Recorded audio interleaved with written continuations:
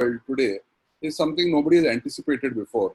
And we will have to think what's going to happen in future and plan for that as we sit at home.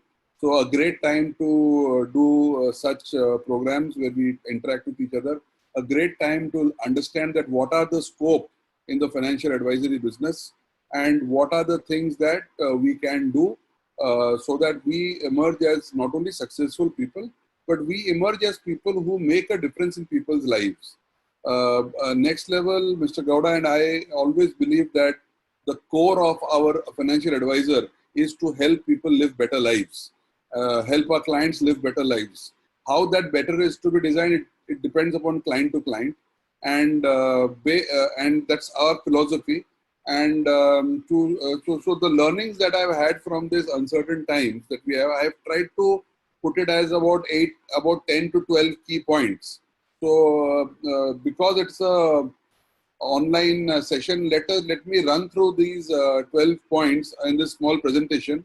And at the end of this presentation, both Mr. Gowda and I will be happy to answer specific questions. So the idea is to have a half an hour session or 30-minute session of a presentation, and maybe spend some time in question answers after that. And then Mr. Gowda also has something interesting in his mind that he would like to share with you, which will be relevant for you. So is everything very clear? Everybody can hear me clearly? All is fine? Shall I start? Great. So the first slide that I have is, once things kind of stabilize, and once we start doing work, and once again life starts slowly the way it was, I think one thing that will always be in our mind, and this has been our philosophy, not only now but also before that, as a result of which, I mean, there are a few people I advise, and my own personal portfolio, and also Mr. Gowda's clients. We have, at least in my case, many of my people who I advise, they're not my client, but they're my cousins and extended family whom I advise, and my own portfolio. We are 50 to 70% in debt, well, even before the markets crashed. Okay, so you can imagine how grateful those kind of clients would be in today's scenario when they see that their money has been protected. So you may find our philosophy a little contra to the popular way of thinking, but it makes a lot of sense to kind of understand what we want to say. And as you can see, this particular theme of this presentation, this entire theme is based on small children. Okay, small children smiling. Now, what is the reason we have created this particular theme today? One is when we are into any kind of learning, any kind of training, the most important thing is to kind of unlearn the past wherever required, and to have a mind of a child. A child usually is very open. He doesn't question too many things unnecessarily, because nothing has been formed so strongly in his mind. He's open to new ideas and new thoughts. So my request is, be open, have a open mind, be like a child. Second thing is, in this kind of environment, which is full of stress and tension that we have been going through, I think small children bring a smile on our face also, and they are the most pleasant things. Do you agree that small children are, and faces of small children are extremely positive and make us feel nice? Anybody would like to answer? Great. So now let's progress. So going forward, number one, I feel that we have to understand the larger role of an advisor. And over this 14-15 slides, I will cover quite a few different points, which will highlight the way, the lens that we are using in Next Level when we look at this business. Number one, I feel that I don't think anybody will argue to the contrary to this, that we have focused and we have on our entire business over the last decade or so, largely on words like returns and market. I don't think any advisor wakes up and spends a day without using the word market. The word market comes on his lips somehow or the other. Okay, so markets and returns have been very, very central part of our thinking. And I don't think going forward that strategy will work, because this kind of change scenario where the markets have crashed and things have taken, this kind of thing will not get erased that easily. Neither 2008 has got erased, and this is going to be even more an indelible mark in our minds. So just playing the game of returns is going to be not a win-win situation at all for a financial advisor. So I think one more disclaimer is in our program that we are doing today, we do not wish to talk about the disease corona. We do not wish to talk much about the market, or we do not wish to much talk about the economy. Because as advisors, I personally believe that we are a part of our client's life and his goals. Our job is to ensure that he lives a good and a happy life. That is our focus. The more we know, lesser we know about market and economy, and the more we understand clients and their pains, the better advisor we become. The more we try to understand the market, the more we try to understand the economy, instead of making the client's life better, we land up actually sometimes messing it up even more. So our philosophy has always been not getting too caught up in market. Not that we should not be intelligent enough to know what is happening, not that we should not understand what somebody is saying, but it should not be a central part of the advisory business the way we see it. Okay. So one thing I can very clearly see is that if we want to succeed as financial advisors in the days to come, in the years to come, the decades to come, we have to forget talking too much and focusing too much on markets and returns. And when we say that we are not focusing so much on markets and returns, it also means that we are not going to only look at equities. I think many advisors, I would say the majority, maybe 80% plus or maybe 90% plus advisors, they breathe, they think, they breathe, they talk, everything is around equities. No doubt equity is a great asset class, and when it and even that 3, 4, 5% extra returns it provides over 15 years time is a huge gap between what equities does and what the other asset classes do. So no doubt it's a hero, but that hero doesn't work for everybody. That's very important to understand. And when we also in our teaching and in our training, we also at some point tell financial advisors that to be very successful in this field, we have to try and look at clients who have the possibility to invest more, where ticket sizes are larger, because the game becomes a lot, the business becomes a lot more interesting, and the scope increases a lot more when you start dealing with clients who are upper middle class and above. Okay, so many of the advice will be skewed towards that kind of clientele. Okay, because that is where the scope of this business is. And obviously, whatever I'm saying, there will always be a contra to that also, and that also may make sense, because for a very small clientele who does not have much to invest, even today, the plain SIP makes a lot of sense for him. And that for a young person over a long-term period, initially, he may go all equity also.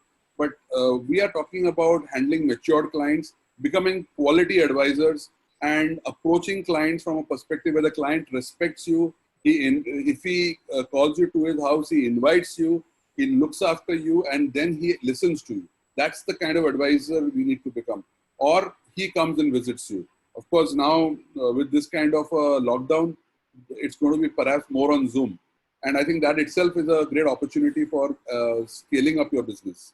So investment will not be much about markets, will not be much about returns all the time. The focus will not be so much about talking only equities. We need to consider things little beyond that. And in my view, investment is certainly about downside protection, especially when you are handling big monies, you're having big clients. Downside protection is the core part of our business. We have been selling a lot of greed, and it's always easy to sell greed, but it is a little more difficult to sell realistic or even fear for that matter. People do act upon fear, but they don't like it. But greed is something everybody loves. But unfortunately, greed can set you back a lot if you completely play into the hands of greed. So greed is something that should not be become the hero. We have to look at downside protection of the client's portfolio. It's extremely important. So risk management, risk mitigation, even at the cost of some returns, sometimes will often, not sometimes, will help you get the respect of the client. Yes, investment is eventually, you'll realize, is only and only about asset allocation. Just imagine which advisors today are sitting pretty. Those advisors who have advised their clients to put a decent amount of their portfolio in debt. Let's say there are people who have done 50, 60, 70% in debt and 30%, 40% in equity. That advice that the advisor would have given, today the client would be thanking him for that. That at some stage when I was feeling greedy and I was wanting to go all equity, it was you who had told me to take a step back and advise me to do an asset allocation and diversify my portfolio. So diversification of portfolio, asset allocation, these kind of tools are tools that are timeless. They will work across all kind of markets and forever. So they may not look most attractive at some point in time, but when times are bad, they save you completely.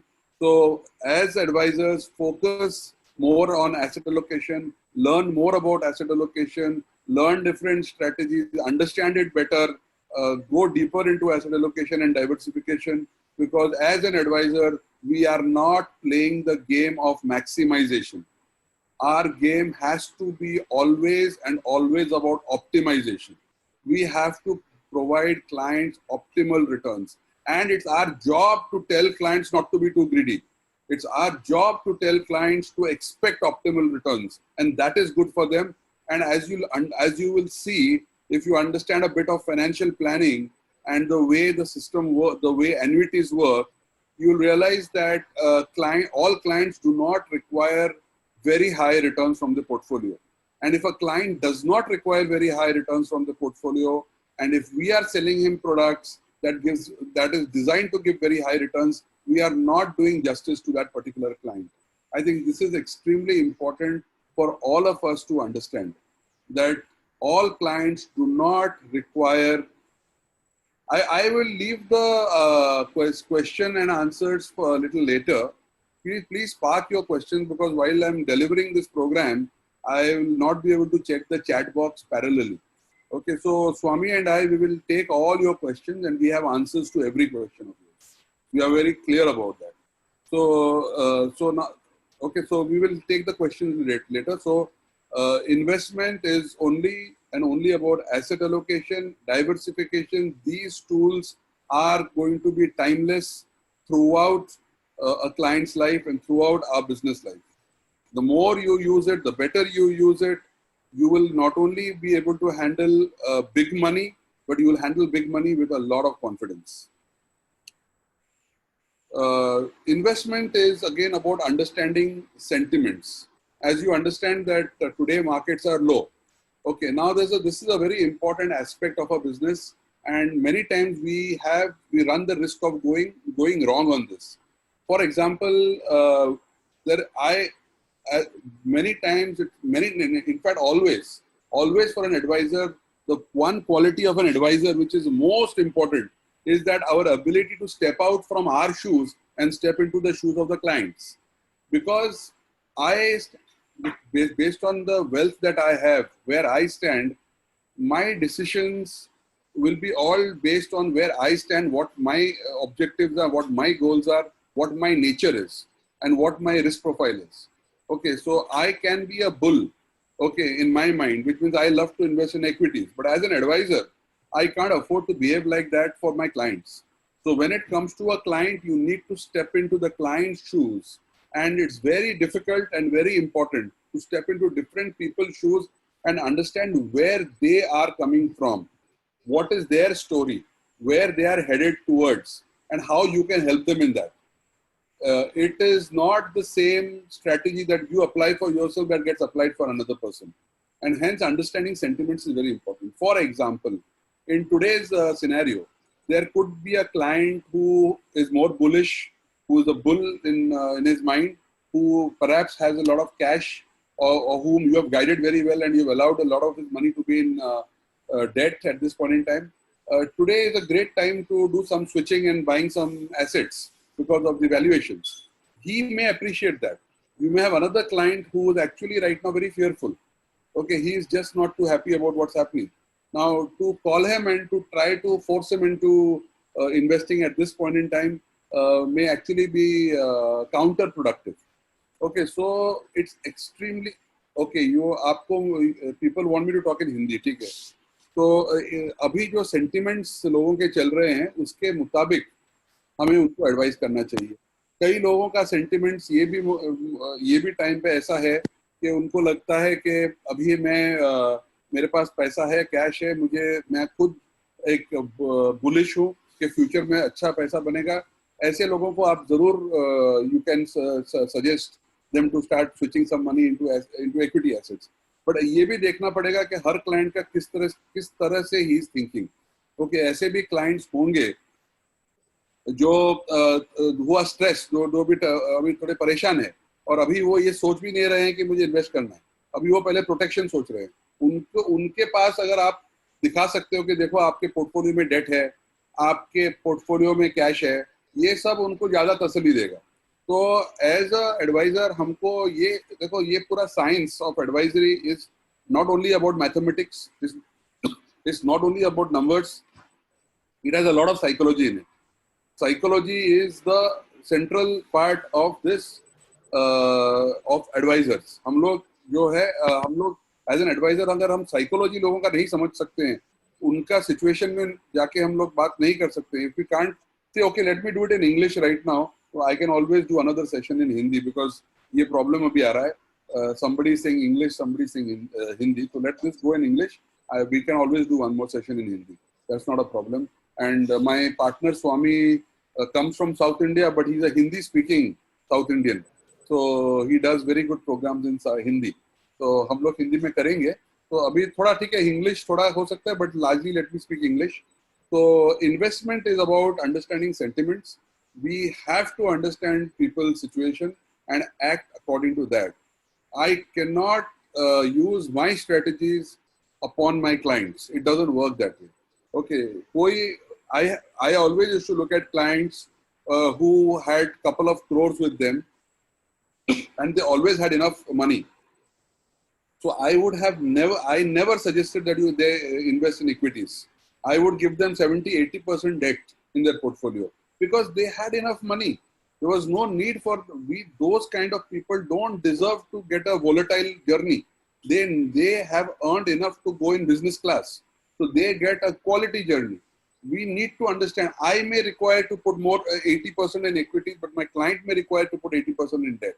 And all that is also driven by sentiments, understanding client sentiments. What is his thinking? What are his thoughts? So just because valuations are great right now, I don't think one needs to force clients or chase them too much or push them too much into investing in assets right now. Maybe you need to give them some time. And the way I see things evolve from here and change from here, I don't see that the markets will kind of in a very short while kind of again start scaling very high levels. There'll be enough and more opportunities in this next 1 year's time. At least in the next 3 to 6 months' time, there'll be enough and more opportunities. Okay, so let's progress. Investment is about a disciplined approach of profit booking. The power of compounding always pushes us to invest our money in growth schemes, because in growth schemes what happens is we always say that the returns that you get, that also gets compounded. Whatever you earn, it gets compounded. So obviously on a mathematical scale, it is wonderful that if you look after 15 years what has happened, allowing your profits to compound gives you a lot more money. But remember that with these kind of experiences that we are having, it's a very good idea to have a disciplined approach of profit booking.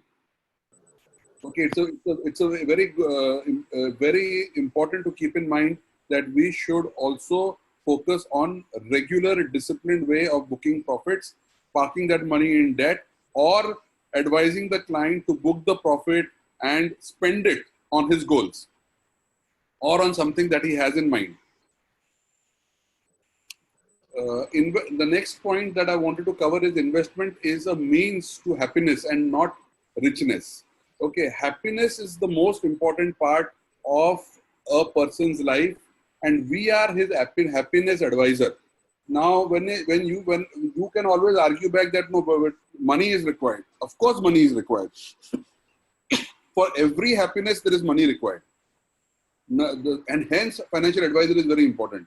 But it should not happen that in the desire to make him rich, I just focus in that one area of richness, because it's always possible to give people happiness with investments, but not necessarily with a maximization approach, but maybe with a more optimization approach. So investment is a means to happiness. We have to, if I can make my client happy by giving him a portfolio return of 9%, or by giving him a portfolio return of 8%, then why wouldn't I do that if I can give him happiness? If my client likes to have a journey like a business class and he has enough money with him, why should I not give him that journey? So happiness does not mean, we always believe that our client should get very high returns. Okay, but in that process, if I give him more of equity, and such a scenario happens, which always happens in equity markets in every 3-4 years, then perhaps I am taking away some of his happiness.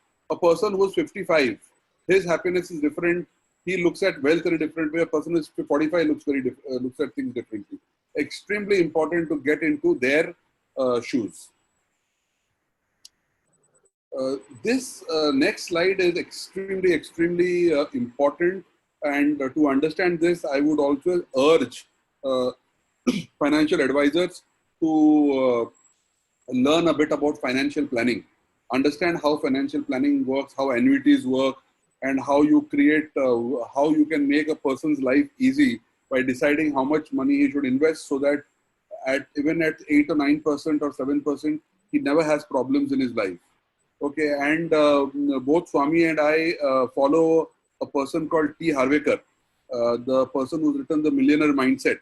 And I would always recommend that please go to YouTube and follow him. Amazing stuff he talks about money. And if you follow his gyan, he focuses a lot on a few things. And one of the things he focuses on standard of living. So for any client, it's very important that we play a part in advising him about what are his goals and how he'll achieve his goals. What is the quality of life and standard of living he should operate from? And this, we can participate with him on this particular discussion point based upon the kind of corpus he has. And this is where the client also exposes his corpus to you and tells you, this is the money that I have with me. So once we know the kind of money he has with him, his corpus he has, at that point in time, we can, at that point, yeah, it is a Secret to Millionaire Mind book. At that point in time, we can tell him that, look, this is the quality of life. If you lead, you will become financially free a lot earlier in your life. As an advisor, we should always help our clients to become financially free. And how do people become financially free? It's because they become financially free at a point in time when they're, without having to work, their corpus can give them enough support for the rest of their lives. Now, for that, there are three things that matter. The two things that essentially matter, one is the corpus he has and one is the lifestyle he leads. So if the lifestyle is under control, then at a smaller corpus, people can become free. And once they become free, then they can take bigger risks in their lives. So it's extremely important that investment is about achieving the optimum mix from out of the key ingredients. That is client's goals, his standard of living, and his corpus. These are the things we need to be more involved in the client's life. And the more the client starts believing in our knowledge, and the more the client starts talking to us about his goals and his desires, the better partners we become. And obviously, once you are part of this, at this level, you are dealing with the client. I don't think revenue and fees become even a talking point. So let me go ahead. Investment is about living well and dying well, and not about living poor and dying rich. Unfortunately, most people who are well off have got into the habit of saving, accumulating, as a result of which they land up dying extremely rich, but they don't live very well. So when I also spoke about this disciplined approach of profit booking, it has two dimensions. One dimension is you book profit and put it into a debt fund so that it steadily grows thereafter. Or the second angle is that you book the profits, and if he has a goal or he has a desire, he wants to buy a car. If he's at the age where he should buy a car, let's say a person is 35, 40 and he doesn't have a car, he books the profit at that time, you should encourage him to buy a car. Okay, so that is how investing is about living well and dying well. And our focus should be that we can help our clients to live well, and we can help our clients to have a very good life. That is the central. Hello, can you mute? Can you mute, please? Okay, so let me go ahead. Investing is about helping clients identify their purpose and then ascertaining their goals. Over here again, there's a huge opportunity. Okay, every person has a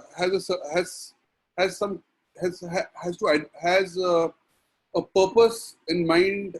If to be a happy person, you need to have a good purpose. Okay, and most businessmen who are doing well, okay, you look at the philanthropists, look at a Ratan Tata, look at the people who are donating so much of money, look at an Akshay Kumar. These are people who are not just making money, they have a larger purpose. It's very important for us to identify our own purpose. And for, as I said, our purpose should be to give people happiness, to make people lead good lives, and to give them a very happy life. That should be our larger purpose of our life. Similarly, clients also have large purposes. Okay, it's very important to discuss their purpose, to discuss their business, to discuss their goals. And please understand, there are two very important aspects over here. One is we often take businesses very lightly. Okay, clients often who are doing very well in businesses, small business, medium-sized business, large businesses, every client someday will retire. And when he retires, he has to have a business continuity plan. Okay, we do a program called CTEP, Chartered Trust and Estate Planning. Okay, in this we focus a lot on these areas because these are highly, they have high value and a huge amount of opportunities for a financial advice to participate in, because this is something the client doesn't think about. Okay, it's very important to discuss with clients about his business, how his business is going to run, how he plans to run his business on a continuous basis. Let me give you an example. It is possible that the client one day decides to retire and he gives his business to his family. And immediately 3 years later, the business goes down. Because he has given a business to his family, but he has not given the systems, the structure. He hasn't hired the right people who could make it a continuous business. So this is a space where there's a lot of opportunities to learn, to use this period to learn about these things so that when you go to the market, you carry this knowledge with you. The second thing is, how do you pass on wealth? So when you want to pass on wealth, you can write a will. That is one way. When you write a will, you pass on wealth, but after your death, people use the wealth the way they like to use it. There is something called trust, which is slightly different from a will. In a trust, what happens is even after your death, you can control the way the money is going to be spent. Now that gives you more control. So how money will be transferred to the next generation, that is going to become a very important part in the lives of many clients. So let me look into I will cover a bit about this more in my next slide. I'll just run through this fast. Investment is about improving lives and manufacturing happy lives. Investment is about accumulation, conservation, and distribution. Now, what happens is, what I have observed in our business is that we have spent a lot of energies and efforts and focus in the area of accumulation. Accumulation, power of compounding, SIPs, it's all in the space of accumulation. You keep accumulating, and accumulating. But this is more relevant for people in today's age world, people who are between 25 and say 45 and 50. Once you cross your 50 or even 45 at times, you actually can move into the conservation space. How I can conserve your money, how I can ensure that your money is less volatile, how I can ensure that this large amount of money that you have is your protection and it gives you a lot of support and strength, mental strength, emotional strength. How I look after your money. I'm your watchman, I'm your guard. I look after your money. Now that comes to this conservation stage. And then there is a stage of distribution. That is once you cross your 65, 66, distribution becomes a very big area. And please understand, today's people who are 45, 50, 55 are very rich people. Okay, when they turn in 10 years time 65, they will be concerned about the distribution of their money. And even today, there are a lot of people in that age who are concerned about the distribution of their money. See, people who have made a lot of money, they are also worried that what happens is after, please go to last slide. We will do these questions. Let's not break the flow because it's an online program. It becomes very difficult to catch the flow again. So let's go through it. We will handle all your questions. So people who are even today in that age, there are a lot of people worried that if they have a lot of money with them, after them, they are more concerned that, look, my child may get the money, my son can get the money, my daughter may get the money. But they are also worried about things like, which may appear very funny to you right now, but they do think about things like, after me, if my daughter gets the money and she gets married to somebody, and that somebody one day divorces her and he takes away half the money, I don't want that situation to ever happen in future, even if I'm not there. So there are structures that people form for such situations. Okay, so this entire space of will, estate planning, business continuity programs are areas that a financial advisor can be educated, get this input, and his quality of service to the client will be at a different level completely when he moves into this space. So I have been studying a lot about this. Swami sir has been studying a lot about this. We are studying all the time. We are like small children. I urge you to also be like these kids and have a learning mindset.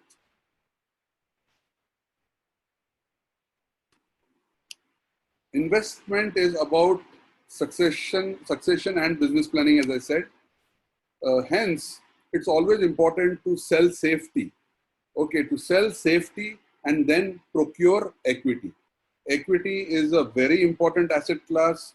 Without equity, you do not get the acceleration. But it's like, sugar sometimes. Sugar is very important and it makes dishes very good, but you can't eat sugar alone. Okay, sometimes I call it like the tadka. You need to sprinkle your food with the right quantity of equity. It could be 10%, 20%, 30%, 40%, depending on people and their situations in life. Equity is important, but safety is always first. Whichever advisor today has followed this philosophy, his clients would be patting him on his back today. I can guarantee you that.